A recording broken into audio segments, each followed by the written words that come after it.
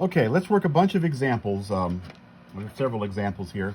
The first thing is I want to find the arc cosine of 1/2. Let's stop and think what that means. I am looking for an angle. I won't always write it out this explicitly, but I'm looking for an angle whose cosine is 1/2. And it needs to live, because it's arc cosine, it needs to live in the top half of the unit circle, between 0 and pi, right? The answer to arc cosine is always here. The answer is always here. The answer to arc cotangent, always there. The answer to arc secant, always there.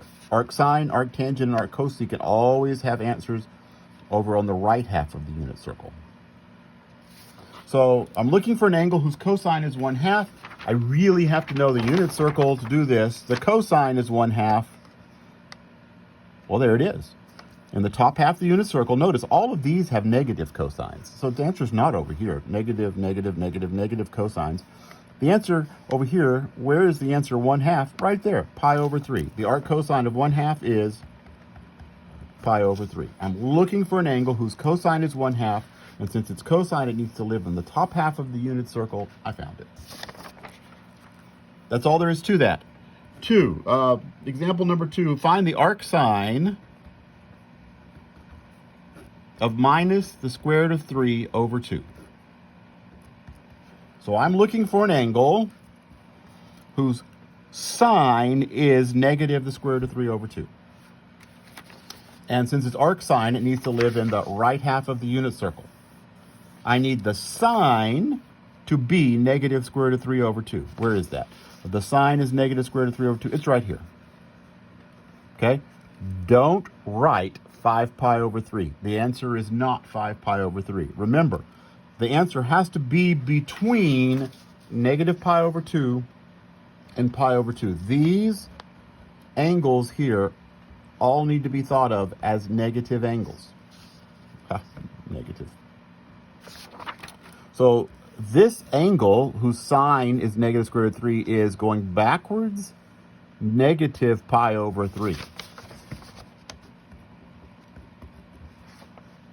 All right, make sure you don't put 5 pi over 3. It's going backwards, negative pi over 6, negative pi over 4, negative pi over 3, negative pi over 2. So it's negative pi over 3. Okay? Let's find the arc sine of negative 3. I'm looking for an angle whose sine is negative 3. Well, you should know that's not going to happen, right?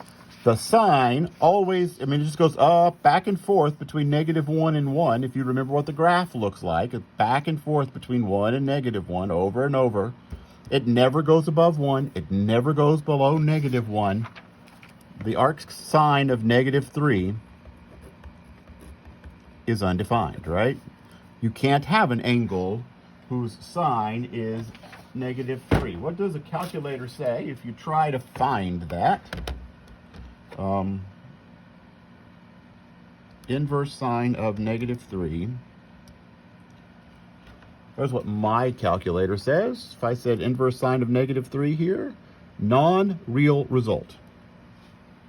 Right? It doesn't give me a real number. Actually, there is a way to talk about the arc sine of negative 3 as a complex number, which is a real number plus an imaginary part, but we're not going to get into that. Okay, so number 4. What is the arc cosine of the cosine of 5 pi over 3?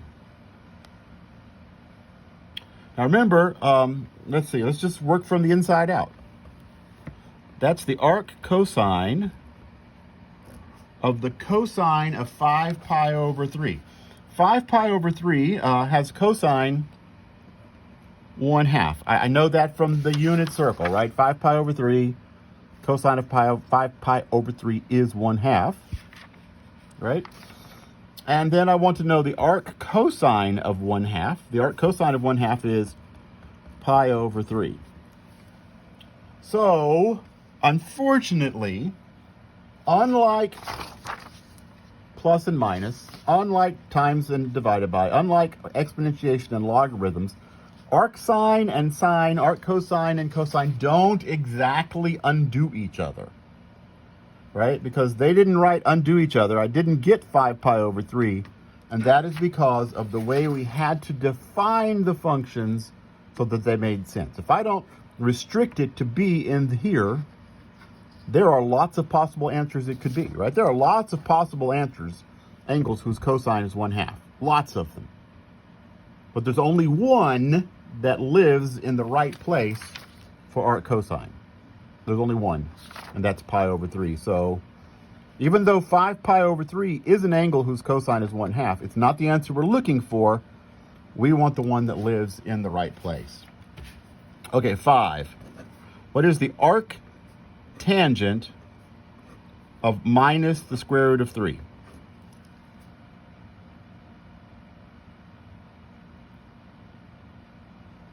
Let's think about how we would do that.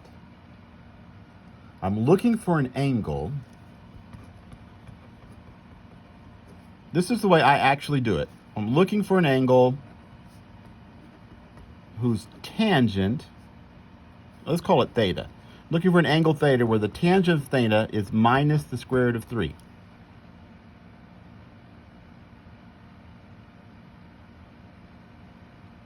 So that means sine theta over cosine theta is minus the square root of 3 over 1. But I know sine of theta, it can't just be that the sine of theta is minus the square root of 3 and the cosine of theta is 1. It can't be that. Can't be that. Those must have been over something to make them fractions. And if I look at those, I recognize those numbers. That would have to have been minus the square root of 3 over 2 and 1/2. Where is that point where the cosine is 1/2 or negative 1/2 and the sine is square root of 3 over 2 and they're opposite in sign, right? And arc tangent has to happen in the right. So in the right half of the circle, where do I find something where they're opposite? They're opposite and the sine is square root of 3 over 2 and the cosine is 1/2. Looks to be about there. I just made up these problems as I went along and we're getting the same answers over and over. But I'm looking at this point, right? What's the tangent of that point is minus the square root of 3 over 2 over 1/2, which is negative square root of 3. So the answer is not 5 pi over 3, remember, it's negative pi over 3. Now, you can ignore all that I said just there and then look around, look down. You know the answer is negative. The tangent, it's going to have to be down here. You'll look for which one of those has tangent down here of negative the square root of 3. And, you know, you can ignore the way I do it. And you can just look for the angle where the tangent is negative the square root of 3. Number 6 that I want to look at. What is the arc secant of negative 2? I'm looking for an angle, right? Let me call this y. Then I know that the secant of y is negative 2. I'm not really conversant a lot with where the secant is negative 2. What I do know is something about the cosine. If the secant is negative 2, the cosine would be negative 1/2. Where is the cosine negative 1/2? And remember, secant has to live up here. Where is the secant? Where's the cosine negative 1/2 in the top half of the unit circle? It's right here at 2 pi over 3. And so the answer here is 2 pi over 3.